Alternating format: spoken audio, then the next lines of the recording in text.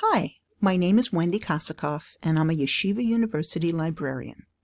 This video will help you recognize and identify bias in news, media, and other sources on the internet.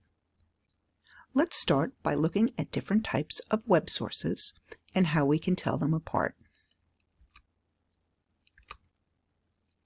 Blogs tend to be informal and conversational. They should not be used for academic research. If you read a blog related to a topic you are exploring, it's important to find out where the author's information came from. Searching that source can be a good way to get to a version of the topic you could use. You are probably well versed in many forms of social media. Often, social media will be the first part of the information cycle. A news story might unfold in real time, and this information might be posted on the web. It's always best to make sure that any information you use for research has been vetted by a reliable source. It's important to find unbiased news sources rather than those posted in social media. Using an online encyclopedia such as Britannica or Wikipedia as a resource in college is questionable. These kinds of sources only provide basic introductory information. Using them for background information when you are just starting your research, or using their available resources to dive deeper is the best way to use them. You definitely do not want to use Wikipedia as a source for your college writing. While often it has a lot of easily accessible information, it can be edited by anyone at any time. Wikipedia often has a list of resources at the bottom of their pages, however, which can often lead to helpful articles. Depending on your topic, you may want to use news sources for your research. When using news sources, you should always look for non-biased content. This media bias chart is a good visual demonstration of many news sources and the ways that they may be biased, leaning left or right, providing facts or inaccurate information, or which organizations tend to be neutral and balanced. When using any source, there are several important things to consider.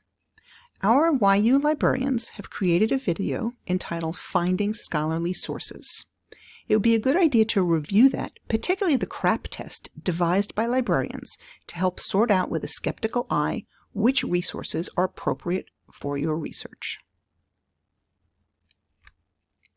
Now let's take a look at some different kinds of news articles. It can be helpful to be able to differentiate between them. An editorial or op-ed commentary is written by somebody who may or may not be affiliated with the publication. These articles are, you guessed it, opinion biased. They are not facts. Opinion-based, they are not facts. A news story should report the facts, but can still be biased. Feature stories are often considered soft news and typically are human interest stories. They are often more personal than a regular news story. Reviews are often summaries of another form of media. These can include books, music, theater, or restaurants.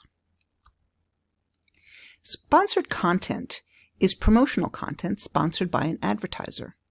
These could be fill articles or even materials provided by influencers on social media. It's important to understand bias that can be found in media. Media bias refers to patterns that journalists or news producers follow in the selection or coverage of news events or stories. Readers can absorb biased news without recognizing that what they are reading may not show the full picture.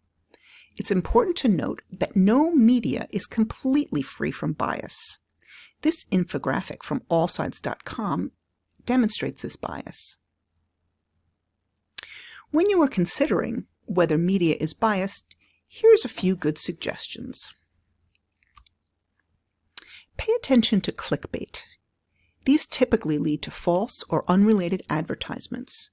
You may be baited to click on something with questionable content.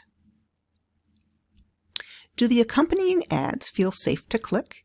In other words, Would you feel comfortable purchasing items and giving your credit card information to them?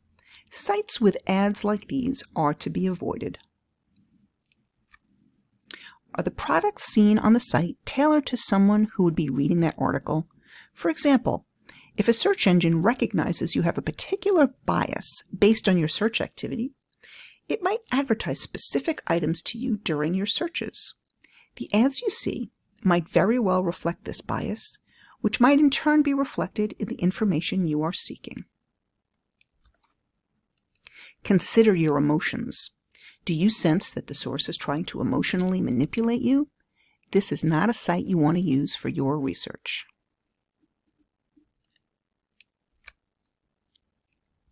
Here are a few examples of websites that can help you determine if the source you are using is appropriate and unbiased. PolitiFact is one. Washington Post Fact Checker, factcheck.org, and American Press Institute. These are all good examples. In the end, the best way to consider information from the internet before sharing it or using it for research is to slow down, read an article before you share it, and use the tools discussed in this video. And of course, if you're not sure, you can always ask a librarian for help.